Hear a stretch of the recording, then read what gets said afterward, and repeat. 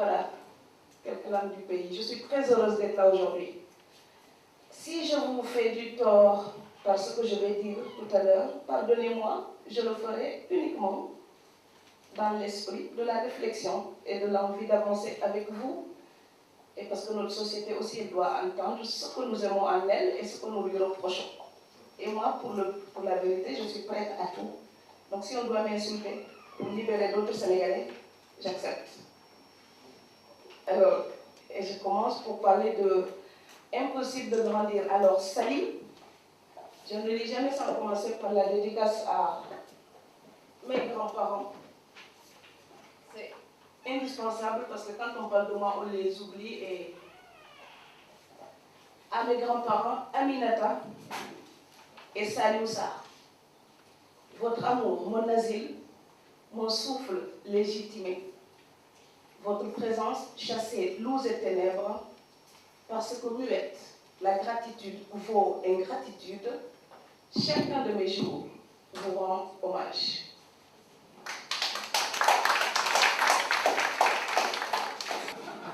Je commence toujours par mes grands-parents. Chaque personne a ses héros. Moi, ce sont mes premiers modèles. Ils le resteront.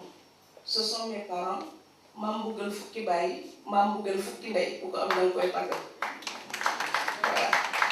Donc, je dis, c'est des parents qui valent 12 fois des parents pour moi. Sali, c'est S-A-L-I-E. Ce n'est pas le diminutif de Salimata. C'est Sali du verbe salir, de la jeune fille qui a été salie par ce que les adultes disaient de sa naissance, de la naissance illégitime. Mes parents m'ont eu, ils n'étaient pas encore mariés. Je suis un enfant de l'amour pur et véritable et totalement libre avant les onctions religieuses. Je suis fière d'avoir été conçue dans un amour total. Au Sénégal, on appelle ça Domoukitle, mais elle avance fièrement. Voilà. Dieu tout le monde est amour là, j'accepte.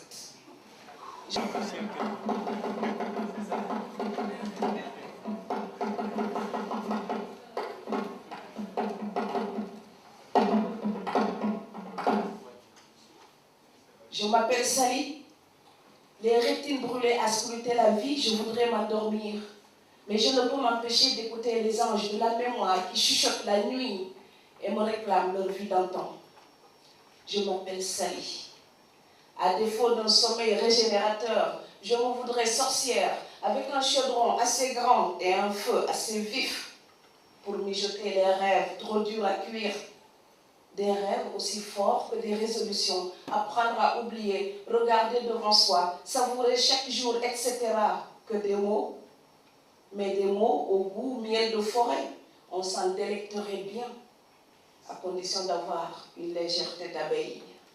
Hélas, les sorcières s'envolent sur leur balai et me laissent clouer au sol, cerné de mes vœux pieux. N'ayant pas la souveraine volonté des athées, ni l'espérance absolue des convaincus, j'interroge mon reste de foi. Dans quelle direction se tourne-t-on lorsqu'on effectue une prière hésitante? Je l'ignore. Qu'un ébéniste veuille bien m'installer au sommet d'une toupie, je sais qu'après chaque tour, je ferai toujours face au vide. Et parce que jeter des poignées de sable dans le Grand Canyon semble plus rassurant que l'observation passive du gouffre, je me dis qu'il n'est peut-être pas vain de prier encore. Sur ma toupie qui tourne au milieu d'une existence où je navigue sans carte, j'écarquille des yeux. En silence, je prie. Comme le chasseur élague sa piste sans être sûr de trouver du gibier au bout. Après chaque prière, une autre prière vient dire combien la précédente a été vaine. Avec une lucidité de parieur, je ramasse mes vœux, un par un, les formules, les reformule, les polis tels des améthystes et les dépose au pied de chaque aube, l'offrande faite. J'en attends qu'une seule récompense, l'apaisement. C'est par là que vient le jour, c'est par là que s'élèvera la lumière mauve qui dissipera les ombres qui me hantent.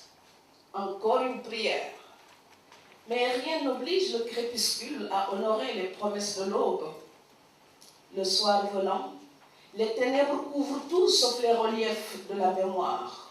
On voudrait s'en détourner, mener sa barque au loin, vers une crypte tranquille. Mais parfois, les courants en décident autrement. On achoppe sur les souvenirs, comme la barque échoue sur un récif par inadvertance. Échappé, les valises posées à l'autre bout du monde depuis tant d'années, je me croyais hors d'atteinte. Mais la brise nocturne venue de Sangomar traverse le feuillage des cocotiers de Niodior, souffle ses litanies dans les bois sacrés serrères, et quand le cygne Saloum s'endort, j'entends la Dèse Itoumé appeler son enfant « Sali ». C'est la pensée qui rentre. « Reviens, Sali, Sali, souviens-toi ». Et soudain, je me souviens.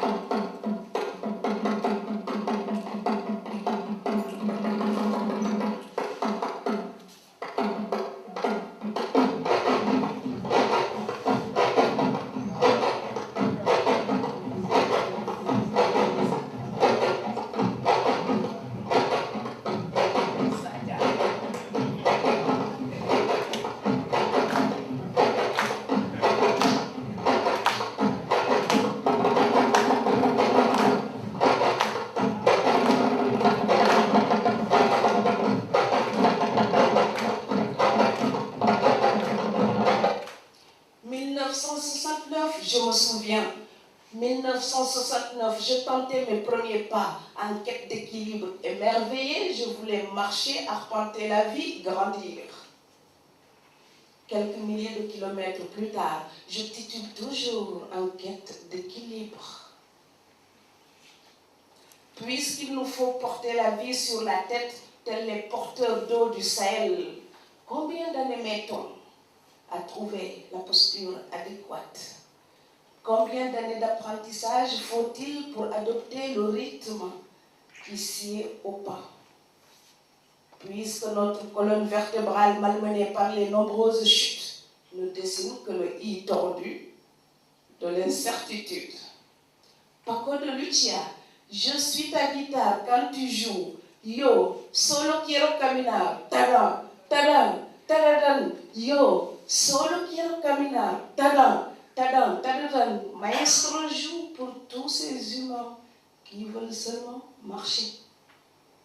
Nous voulons nous tenir debout et seulement marcher. Mais il serait si simple d'avancer dans la vie. La force ne concernait que nos chevilles. Maestro joue pour tous ceux qui ne savent pas faire le pas de loi. Alors que je me cramponne aux années 2000, mes émotions font souvent du saut à l'élastique. Rebondissant sur les années 70 ou 80, elles me reviennent telles des chiens fidèles. Il faut toujours que le passé vienne nous mordiller les mollets. Une petite fille me poursuit, me harcèle, m'assiège. Après quelques décennies de lutte, je ne peux toujours rien contre ces assauts. Parfois, croyant agir à ma guise, je découvre avec stupeur que je ne fais que succomber à ces humeurs. Grandir semble impossible. Donc je titube toujours et je chante avec Paco de Lucia. Donc Paco de Lucia, puisque nous titubons tous, nous chantons avec lui Solo quiero caminar, c'est je veux seulement marcher.